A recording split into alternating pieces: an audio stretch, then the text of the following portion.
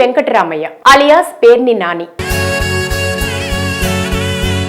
ఆంధ్ర రాష్ట్ర రాజకీయాల్లో ఈ పేరుతో అతను ఎక్కువ పరిచయం. అటు అసెంబ్లీ ఇటు ప్రెస్ మీట్లు ఏదైనా సరే గంటల పాటు తనదైన శైలిలో చమత్కారంతో ప్రత్యర్థులను ఇరుకాటల్లో పెట్టడంలో సిద్ధహస్తుడు. జెండాలు మాత్రమే మొయ్యాలి. ఒకరోజు తెలుగుదేశం జెండా మొయ్యమని చెప్తాడు, ఇంకో ఎలక్షన్ తెలుగుదేశం జెండా మొయ్యమని చెప్తాడు, ఇంకో ఎలక్షన్కి పువ్వు జెండా మొయ్యమని చెప్తాడు. అంటే ఈయన చెప్పిన ఏ జెండా అయినా పక్కోటి జెండా మొయ్యాలి.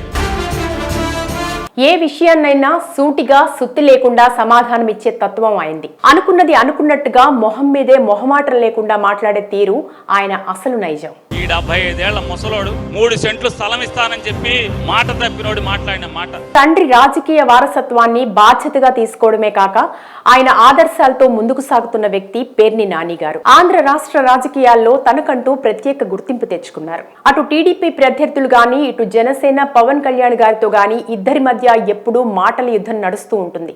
చెప్పేది ఒకటి చేసేది ఒకటి. జగన్ కాపురానికి రమ్మన్నాం, ఈ తేడా కూడా ఉందా మనలో? రాజకీయాలే తేడా అనుకుంటున్నాం, ఈ తేడా కూడా ఉందా నీలో?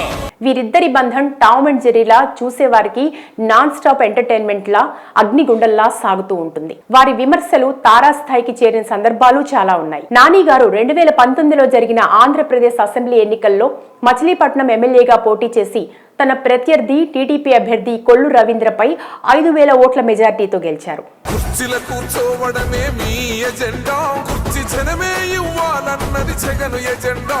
జగన్మోహన్ రెడ్డి గారి తొలి కేబినెట్ లో ఆంధ్రప్రదేశ్ రవాణా సమాచార శాఖ మంత్రిగా పనిచేశారు.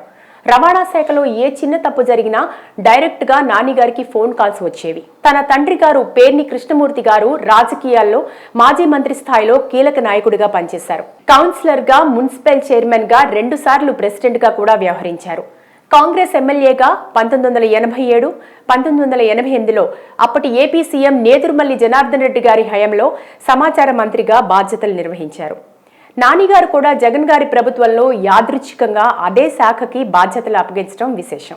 నాని గారి రాజకీయ ప్రస్థానం చూసుకున్నట్లయితే నాని గారికి విద్యార్థి దశ నుండే ప్రజలకు సేవ చేయాలనే సంకల్పంతో మనిషిగా పుట్టిన తర్వాత జీవితంలో ఏదో ఒకటి మంచి చేసి మంచి పేరు సాధించాలని తన నాన్నగారి ప్రోత్సాహంతో రాజకీయాల్లోకి వచ్చి 1999లో కాంగ్రెస్ పార్టీలో చేరి కార్యకర్తగా పనిచేస్తూ తొలిసారి మచిలీపట్నం అభ్యర్థిగా పోటీ చేసి ఓడిపోయారు. తర్వాత 2004, 2009లో జరిగిన అసెంబ్లీ ఎన్నికల్లో మచిలీపట్నం నుండి కాంగ్రెస్ పార్టీ ఎమ్మెల్యేగా కొల్లు రవీంద్రపై వరుసగా గెలిచారు. ఆయన ఎమ్మెల్యేగా ఉన్నప్పుడు ట్రేడ్ యూనియన్లు కార్మిక నాయకుడిగా ఒక మాస్ లీడర్గా ఎదిగారు, మంచి పేరును సంపాదించారు.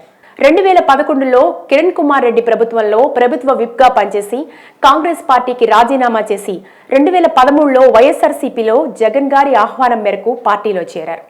మళ్లీ 2014లో కొల్లు రవీంద్ర గారిపై పోటీ చేసి ఓడిపోయారు.